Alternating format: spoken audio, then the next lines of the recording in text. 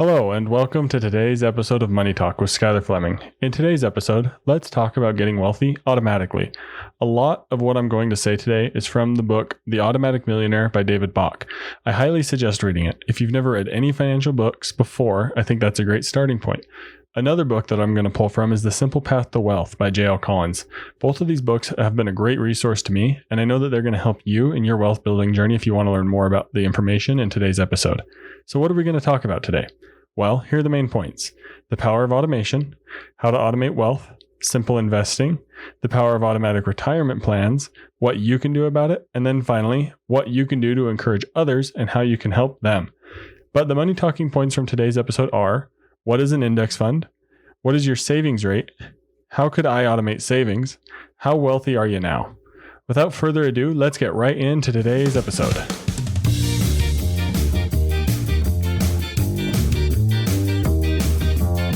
You know, we don't talk about money enough. It is a topic that gets ignored for some reason, even though it plays a role in everyone's day-to-day life. Well, this issue is what brought Money Talk to reality. I know you're probably busy and don't have much time to research and learn about all things when it comes to personal finances, but that's where this podcast, Money Talk, comes into play. I'm your host, Skylar Fleming. I'm here to do the research and learn all the extra stuff about personal finance for you. The goal is to simply get us talking about money. So let's get talking.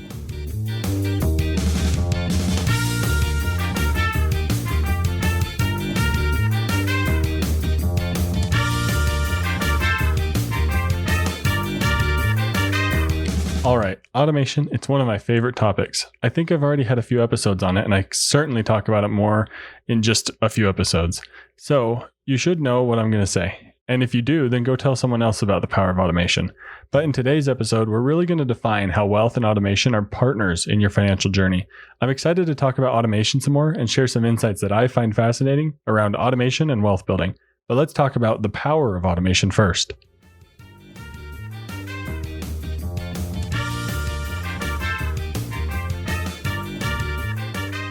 I've previously said that automation can be the difference between retiring or not. It can be the difference between living a comfortable adult life or not, which means if you're stuck working or if you get to enjoy working or not. I think that's also part of the difference of automation. I think we've all had a job, or will likely at some point, where we don't feel like we can leave. Like there's some sort of peak that we've reached, and that it's the pinnacle of our careers, and that we don't get to enjoy our time outside of work because we just think about how we have to go to work. So some sort of job that we don't really enjoy, whether it was a high school job or a job that just got you through college. But when you're able to build wealth automatically, then it makes it a lot easier to leave those type of jobs and find new ones, or maybe not even work at all. It makes it a whole lot easier to take the proper amount of time off to look for the right position. Now I'm here just talking about the power of extra savings that you can live off of. But how do you actually make that savings happen? How do you make it happen through automation? Well, that's by saving money automatically each paycheck. But how do you automatically make wealth instead of just savings? Let's talk about automating wealth next.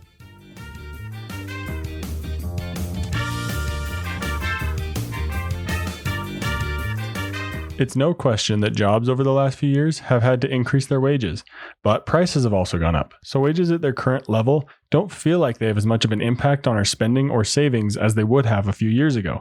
That's how inflation works. Our money doesn't go as far. So how do we automatically get wealthy?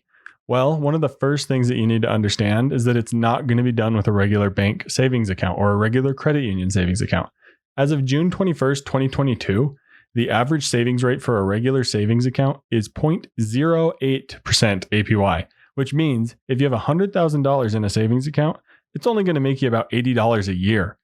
How is your account and your savings going to grow if you're only making $80 a year? Using a compound interest calculator, your money would only earn you about $3,251 after 40 years. That's a very long time. And that kind of timeline is what makes people scared to save for the long term. It makes it hard for people to put money in their retirement accounts. But imagine if you're putting money only in a regular savings account. No wonder it's terrifying to save for that long of a time. Money will just never grow. Obviously, the rate might change, but for the sake of my point and argument here, you're not going to make any real money. $3,251 just isn't going to be enough growth or compounding interest to retire on. So let's talk about the stock market. What if you had that same $100,000?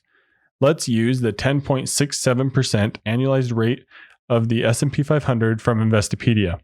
and that's 10.67%.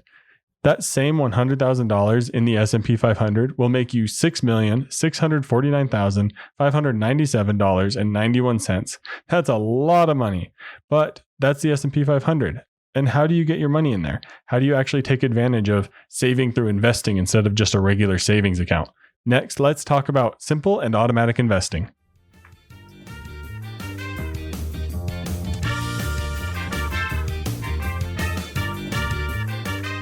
The Simple Path to Wealth is going to be a great place to continue off if you want to learn more about what I'm about to talk about. It's a great book written by J.L. Collins. I highly suggest it. But let's get back to what we were just talking about, the S&P 500 and how you get $100,000 into your account. Let's start with what you actually invest in. That's the S&P 500.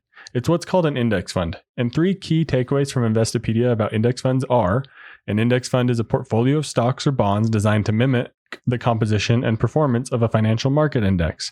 Index funds have lower expenses and lower fees than actively managed funds. Index funds allow for a passive investment strategy. So why am I mentioning index funds when it comes to simple investing? That's because really they're the definition of simple investing. Index funds mimic broad sections of the market. The S&P 500 is an index of the largest 500 companies in the United States. That means when you buy into the S&P 500, you're buying a part of the 500 largest companies in the US. So how do you do that? Look out for these ticker symbols, or if you're used to stocks, you know those 3 to 4 digit symbols that you look up when you're trying to look up a stock. The same sort of thing applies when you're looking up an index fund, whether it's an ETF or a mutual fund version. And if you need to know the difference between those, you can just simply look it up, and there's good definitions online. So whether it's your 401k, your IRA, or your regular investing account, look for these tickers to invest in the S&P 500. For Vanguard's version, it's VOO. For iShares version, it's IVV. For SPDR's version, it's SPY. All 3 of those track the S&P 500. Great places to start where fees are low or practically don't exist because they're so low. Please, if you're just getting started with investing and not sure where to invest, start with one of those funds. They're simple. There's also entire US funds or entire world funds, which allow you to buy into every public stock in the United States or the world. I hope that makes sense. It's really super simple when you think about it. You're allowed to buy into these larger indexes that track very large segments of the market. Instead of buying individual stocks and hoping you strike it rich and hit the right one, you just buy the whole market. But how do you actually get the $100,000 in there? Through automation. Start by making sure you're getting your employer match with a 401k if you have that opportunity. Then make sure you're maxing out your IRA. Right now, I think it's $6,000, but make sure you're looking up whatever the current IRA contribution limit is and make sure you're depositing that money in there to meet that. Deposit it monthly or something like that. Make sure you're taking advantage of all taxable accounts, tax advantaged accounts. Then go back after your IRA is maxing out and max out your 401k if that's possible. Then if you have leftover money, put it in a regular investment account after that. Now there's more nuance to where to invest, and there could be more specific things to your personal finance situation. So make sure you understand your situation if you're starting to get really complicated. But a great starting point is what I just mentioned. Please look into that and do some more research about those accounts. If you're investing $500 a month, then it's going to take you about 16.5 years to get to $100,000. But the good news is your money's going to be growing throughout that time. So as you're putting $500 in, that $500 just continues to grow and compound on it already. So by the time you get to that 16.5 years, you're going to have more than $100,000 in your account because of compound interest. And then once you get to that $100,000, if you have 40 more years to let it sit, you're going to be millions and millions and a millionaire multiple times over. So why is an automatic retirement plan important to help you reach financial independence and help you reach your financial goals? Let's talk about the power of an automatic retirement plan next.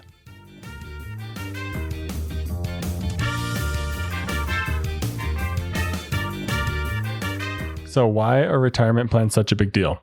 Taxes, that's why. It allows you to save on taxes. So let me give you some definitions real quick. A traditional account, whether a 401k or IRA, you'll hear it called a traditional 401k or just 401k, or a traditional IRA, means you contribute money before it is taxed by the government. That means you pay taxes on the money as you take it out, as well as taxes on the growth of that money. Now, a Roth account, whether it's a Roth 401k or a Roth IRA, means you contribute money after it's been taxed by the government. This allows your money to grow and means you don't have to pay taxes on the growth when you pull it out or the money that you put in there since it's already been taxed.